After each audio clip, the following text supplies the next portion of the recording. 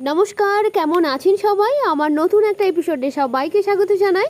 বড়দের অনেক অনেক প্রণাম জানাই, সেই সঙ্গে জানাই ছোটদের অনেক অনেক ভালোবাসা। সেজে ওঠে এক অন্য রূপে। নীল দিগন্ত, বিস্তৃত আকাশ, পেজা পেজা তুলো, কাশফুল, শিউলি ফুলের গন্ধ ছড়া, সকালে ঘাসের আগায় শিশিরের বিন্দু, সঙ্গে থাকে ঠান্ডা ঠান্ডা ফুরফুরে মেজাজ, আর যদি সাথে থাকে গরমা গরম চা কিংবা কফি। আকাশ দেখে আমাদের মন সবারই পুলকিত, কারণ মা আসতে হাতে গোনা মাত্র কয়েকটা দিন বাকি। এই সময় আমরা বাড়ির মেয়েরা ভীষণভাবে ব্যস্ত হয়ে পড়ি, কারণ অতিরিক্ত কাজের চাপ থাকে। ওই যে বাড়িঘর পরিষ্কার থাকে, পুজোর শপিং থাকে, এই চাপটা থাকে ভীষণ আনন্দের।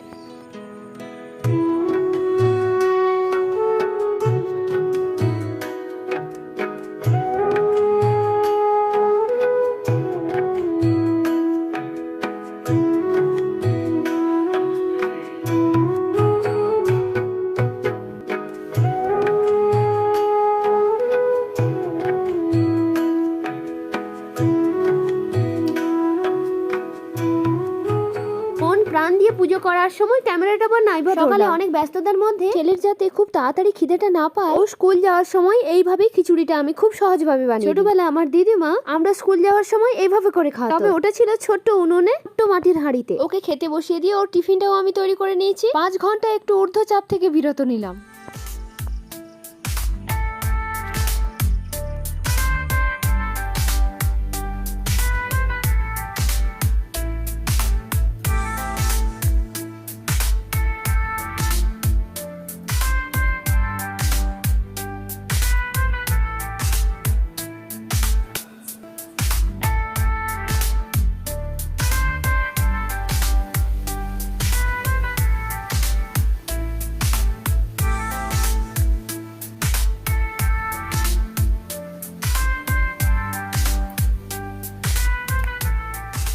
ওই খিচুড়িটা যে আমি বানাই প্রতিদিনই মসুরের ডাল দিয়েই বানাই। 2 মুঠো চাল, 1 মুঠো ডাল বেশ ভালো করে 3-4 বার ধুয়ে নিয়ে পরিমাণ মতো জল দিয়ে ডাল আর চালটা যাতে ওই জলেই সেদ্ধ হয়ে যায়, দিয়ে নুন হলুদ একটু ছড়িয়ে বেশ ভালো মতো ডাল আর চালটা সেদ্ধ হয়ে গেলে পেঁয়াজ সরষের তেল দিয়ে ওই 1 মিনিট মতো একটু ফুটিয়ে নিই, ঢাকা দিয়ে রেখে দিই। খেতে তো খুব ভালো লাগে, আমার ছেলের আর আমার দুজনেরই খুব পছন্দ। আমার ছেলে যখন স্কুলে চলে যায় তখন আমি একটু বাগানের দিকে চলে আসি। এই বাগান থেকে ঘুরে ঘুরে ফল ফুল কিংবা সবজি যা কিছু তোলার থাকে আমি ওই সময়টাই তুলে নিই। মা তখন ওদিকে সবজিটা কেটে দেয়। যেখান থেকে আমি ফল তুলছি সবজি তুলছি ওই বাগানটা ঠিক আমার বাড়ির সামনে। আমার বাড়িতে সবজি লাগানোর জন্য যে নির্দিষ্ট বাগানটা আছে ওইটাতে বর্ষার সময় অত বেশি সবজি আমি লাগাইনি। বেশ কয়েকটা করলা তুলেছি, কয়েকটা লেবু তুলছি, কয়েকটা লেবু পেকে গিয়ে গাছের তলাতেই পড়ে আছে। বর্ষার সময় প্রচুর পরিমাণে ঘাস হয়েছে, তাই একটু ঘুরে ঘুরে খুঁজে খুঁজে দেখতে হচ্ছে। লেবুগুলো তোলা হয়ে যেতে আমি 1 পা 2 পা করে এগিয়ে আসছি শশার গাছগুলো থেকে শশাগুলো তোলার জন্য। ওই যা ঝমঝমিয়ে বৃষ্টিও শুরু হয়ে গেল।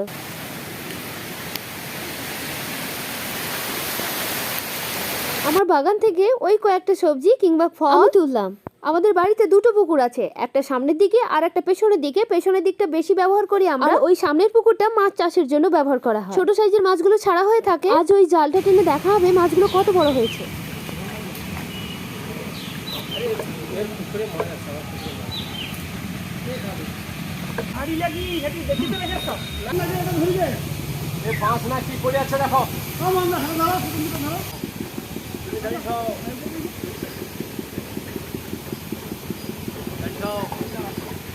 আস্তে আস্তে পায়ের পাশে যাচ্ছি।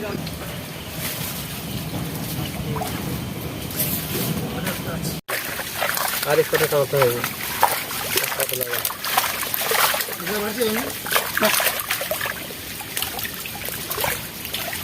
ওই বড়িয়া বাইরা কাট লাগা তুলা যা ধরে এবার ধরে পুরা তুলা পুরো জল এসে মাছ আমার তো পালা লেগে মাছ ধরি তো বাঁশটা কথা বুঝিয়ে